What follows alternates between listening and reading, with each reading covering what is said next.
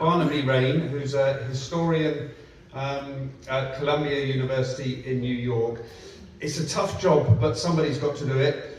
I watched GB News recently where Barnaby was on discussing the situation with Jacob Rees-Mogg. Barnaby did a fantastic job in explaining to that man that this war didn't start on October the 7th, that there's a whole history and background to it, and that it won't end with a ceasefire, that it won't end until there is peace and justice for the Palestinian people. And what was remarkable about it was you could just see that Jacob Rees-Mogg had no information, no comprehension that someone from a Jewish background could be voicing such knowledge and such solidarity with the Palestinian people. So I'm really pleased. We've known each other for quite a few years, on and off, but I'm really pleased that Barnaby's here tonight. Please welcome him.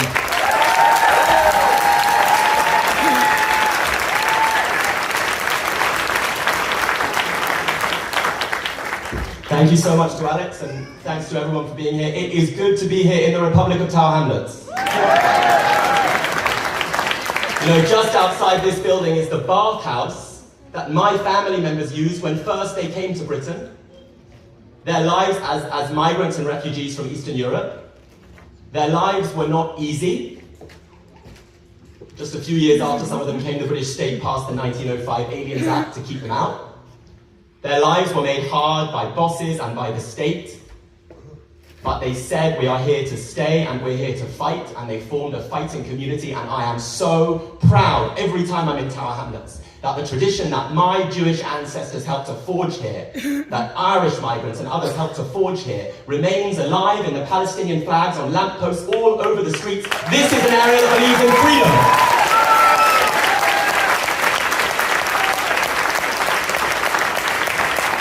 You remember just before one of our demonstrations, a few weeks ago, the Evening Standard had that headline with two symbols, the poppy and the Palestinian flag.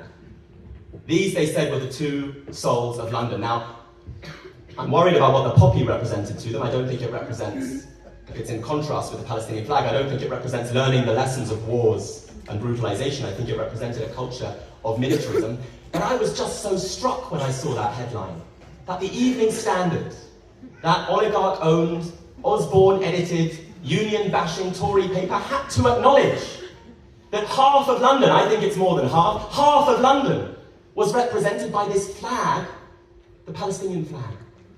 They had to acknowledge it when hundreds of thousands of people came out onto the streets, that we are a real social presence in British society, not just a few marginal extremists who can be condemned and ignored, but a real social presence. So ask yourself, what do those colours represent? The colours of the Palestinian flag. And learn the lessons of history. They say those colours represent terror. But they said that about Kenyans and about Indians. They said it about South Africans and about the heroic people of Vietnam. When the poorest and most oppressed and most exploited people in the world say, we want to be free, they say you're terrorists. We say it's projection. We say colonial power, which brutalizes and savages all over the world, calls other people savages. The only savages are the people in the offices and the headquarters of corporations and states in London and Washington who plan massacres all over the world. We say the Palestinian flag represents human freedom.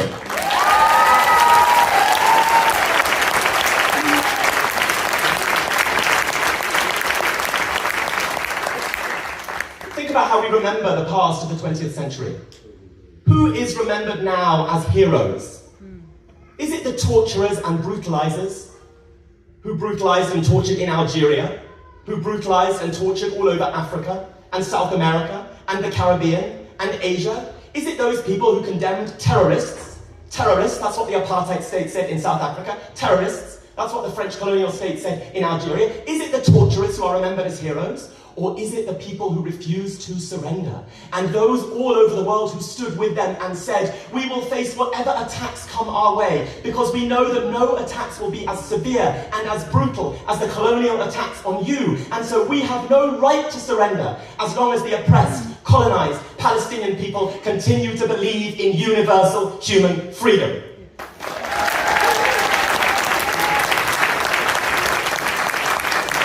want to stress what those colours of the Palestinian flag mean. And I want to stress it because we are here with Oksana, a member of parliament who has stuck her neck out to support the Palestinian people. But we know that most of our political leadership in this country, we're here with Jeremy in a very questionable Christmas jumper. Sorry, Jeremy, I don't normally look this smart, but I've just come from synagogue. So with a few very honourable exceptions, it's not a great jumper joke. With a few very honourable... You're losing the room. Sorry. Don't come into a room like this and attack Jeremy Corbyn. That is a very honourable... With a few very honourable exceptions, most of our political leadership in this country does not stand with the Palestinian flag, does not stand with the hope of human freedom, and it's no surprise we live in the core of empire. So just remember what side they stand on. When people are imprisoned in an open-air prison, chased from the rest of Palestine, 80% of the population of Gaza aren't from Gaza, chased from the rest of Palestine and imprisoned, and then besieged, and then bombed, and then their food and water and fuel are cut off. When the United Nations and the World Health Organization say more people may now die of disease than in bombing, trapped and bombed, trapped and brutalized, our political leaders say Israel has that right. When Israel uses artificial intelligence, reporting in the last few days, to precisely target every single strike they make, so they know in advance how many civilians will die, and the Israeli state says, we're maximizing damage, not accuracy, our political leadership in Britain sides with them. When Isaac Herzog, Israel's president, says a whole nation is his enemy.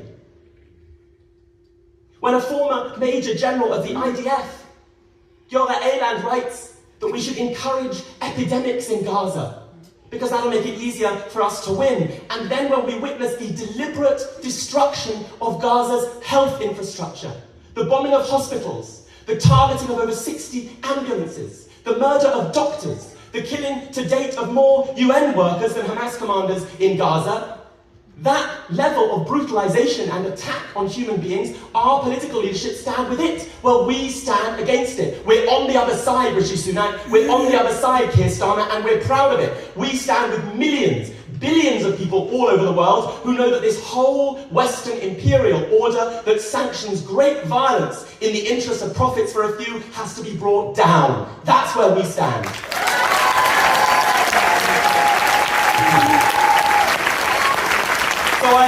So I want to say one more thing. We come to this camp of human freedom from many different traditions. Some are Christians, true to the real message of Jesus. Some are secular socialists and liberals and communists and anarchists who have no God but human freedom. Some are Muslims who have joined the struggle for justice and against racism that runs through their faith. And we make no apologies, I say this proudly as a Jew, we make absolutely no apologies for having in our movement Muslims who are inspired by their Islam, and we will never make apologies for it. And some of us come, as I do, from a Jewish tradition, which knows that for 2,000 years, white Christian Europe honed its hatred against us, which knows that for 2,000 years, my ancestors were excluded and exiled, persecuted and punished. So I want you all to know that you stand proudly in the same great tradition as my ancestors, a Jewish tradition which saw the violence of Western civilization and says, never again for anyone.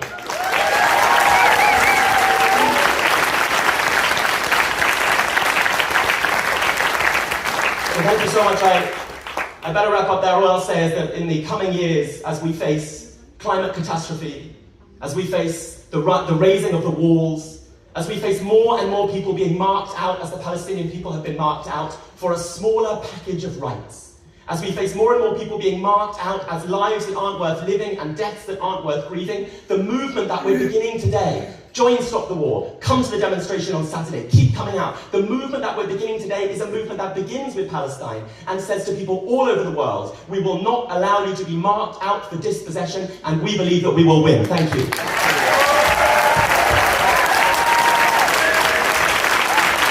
Thank you, Barnaby. That was really good. That's fantastic. That was great. I think you might have lost the room there when you had a go at Jeremy's jumper. I stand with Jeremy and his jumper. On Thursday, we auctioned a jar of jam made by Jeremy for £650 at our annual Christmas event. I don't know what we could get for the jumper, but maybe it'll be in the auction next year. Andrew talked about, when he spoke, about what was happening in